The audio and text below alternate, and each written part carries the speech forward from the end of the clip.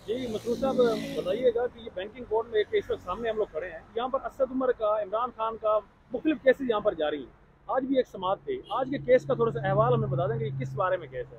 अच्छा, बिस्मिल्लाह रहमान रहीम। सबसे पहले तो मैं आपको बता दूं कि ये कौन सा मुकदमा है। ये मुकदमा संजानी का मुकदमा है और मुकदमा नंबर 143 2022 का मुकदमा है ये। और ये मुकदमा जिस वक्त इमरान खान साहब को नाअहल किया गया था, तो उसके बाद ये एक प्रोटेस्ट हुआ था। उस प्रोटेस्ट की मद में ये मुकदमा दर्ज किया गया था। इसमें पाकिस्तान तहरीक इंसाफ की इमरान खान समेत लीडरशिप में असद उमर साहब भी हैं और अली नवाज अवान भी हैं। इसकी बाकी जो मुलजमान हैं उनकी बेल हो चुकी है, इसमें कंफर्म हो चुकी है। इमरान खान साहब की आता कि लास्ट डेट ऑफ हेयरिंग पे बेल नॉन प्रोसिक्यूशन में खारिज कर दी गई थी, जिसके हवाले से इमरान खान साहब ने लाहौर हाई कोर्ट में वहाँ पर अपनी प्रोटेक्टिव बेल ली 3 मार्च तक। तो वो बाकी मुलजमान की आता आज ये जेर समाअत था। लास्ट डेट ऑफ हेयरिंग पे मैंने असद उमर की तरफ से एक एप्लीकेशन मूव की थी अंडर सेक्शन 23 ATA 1997, जो बेसिक के तौर पर 7 ATA की जो सेक्शन है उसको डिलीट करने के लिए थी। उस एप्लीकेशन पे आज आर्गूमेंट सुने थे, लेकिन चूंकि असद उमर साहब आज मौजूद नहीं थे, वो इन्होंने 3 MPO के तहत उनको अरेस्ट किया हुआ है, राजनपुर में रखा हुआ है।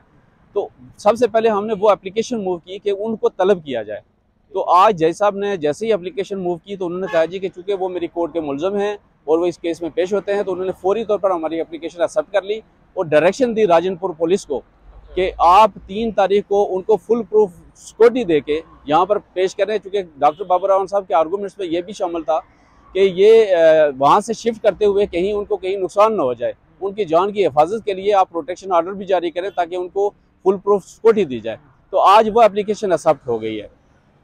अच्छा, साथ में कल कहा जा रहा है कि खान साहब किसी इंसदाद दहशतगर्दी की कोर्ट में पेश होंगे और उनकी जमानत भी मनसूख हो सकती है अगर वो बिलफर्ज पेश नहीं होते, या यहाँ पर अगर बिलफर्ज वो पेश होते हैं तो क्या खतरात होंगे कि उनकी गिरफ्तारी हो सकती है कल?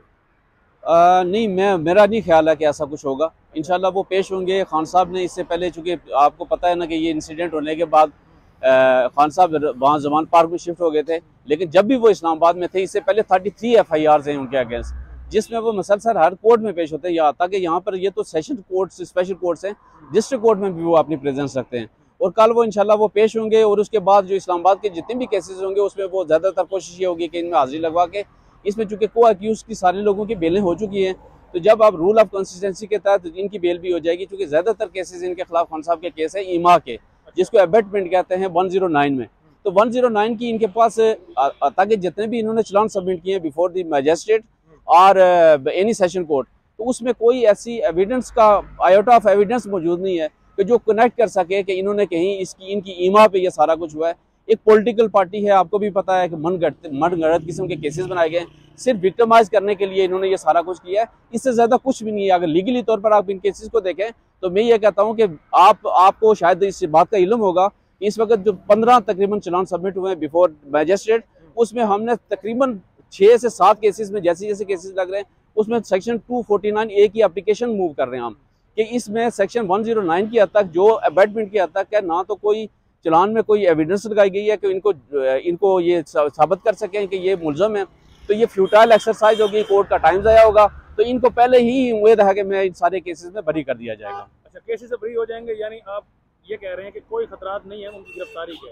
कल महज उन्होंने यहाँ पर पेश होना है और उम्मीद है कि उन्हें यहाँ से जमानत मिल जाएगी। इंशाल्लाह इसमें पेश होंगे, कल जमानत भी मिल जाएगी। मैं इस हवाले से, मैं चूँकि being a student of law, जितने भी FIR या मुकदमात हैं ना, उनके कंसेंट्स के मुताबिक बात कर रहा हूँ। उसमें कोई ऐसा केस नहीं है जिसमें कहीं को खान साहब की गिरफ्तारी बहुत ज़रूरी हो और गिरफ्तारी करनी हो। अबेटमेंट में इन्होंने क्या गिरफ्तारी करनी है? नंबर ऑफ केसेस में तो बेल वो ले चुके हैं वो।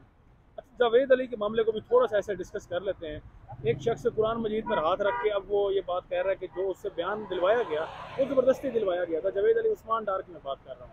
अच्छा, उस मामले में अगर आप थोड़ा सा लीगली हमें बता सकें कि कितना आगे वो खतरनाक हो सकती है, खुसूसन वो वीडियो जो ज़बरदस्ती टॉर्चर करने के बाद उससे ली गई, बनवाई गई। अच्छा, इसके लिए तो पहली बात यह है कि 164 की स्टेटमेंट करवाई गई है उसको। वो 164 की स्टेटमेंट चूँकि सारे मीडिया पे कल आके उसने प्रेस कॉन्फ्रेंस में बता दिया है कि वो किस तरीके से ली गई है। आप किसी भी शख्स से फोर्सिबली कोई भी जो स्टेटमेंट है वो नहीं ले सकते, ठीक है। लेकिन ये 164 की चूँकि बिफोर मैजिस्ट्रेट हुई है ये, तो इसकी एक लीगल बर्थ होती है इसकी। और उन्होंने कोशिश किया कि उस्मान डार को कि इसको इस केस में मुलव्वस किया जाए। लेकिन आप इस केस की अगर बैकग्राउंड हिस्ट्री देखेंगे ना, एक सेक्शन 4 का मुलाजम है और वो उसकी उस पर जो इल्ज़ाम है कि मतलब वो एक मिडिल मैन फ्रंटमैन का किरदार अदा करता रहा और उसने इतने पैसे दिए और ये सारा कुछ किया है, ये वहीं से इसकी झूठ की कड़ियाँ मिलना शुरू हो जाती हैं। लेकिन मुझे नहीं लगता, चूँकि अभी उसके केस के कंटेंट्स मेरे सामने नहीं है कि मैं आपको बता सकूं कि 164 में उन्होंने स्टेटमेंट क्या दिया है। लेकिन बादियो नज़र में आपको ये बता रहा हूँ कि इस तरह की जो स्टेटमेंट्स होती हैं, जो पहले ही आके उसने, हम चूँकि बीइंग ए मुस्लिम, हमारा एक अकीदा है कि हम कम अज़ कम कुरान पाक पे हाथ रख के झूठ नहीं बोल सकते। अगर कुरान पाक पे हाथ रख के उसने हल्फ उठाया कि मैंने कोई इस तरह का, ना मैं इनका फ्रंटमैन था, ना मैंने कोई इस तरह का किरदार अदा किया, और मेरी इस तरीके से मुझे धमका के इन्होंने ये वीडियोस तैयार किए हैं, तो उसके हवाले से मेरा ये ख्याल है कि शायद इस पर इंक्वायरी, और इंक्वायरी होने के बाद 164 इसमें डिलीट कर दी जाए। Thank you so much.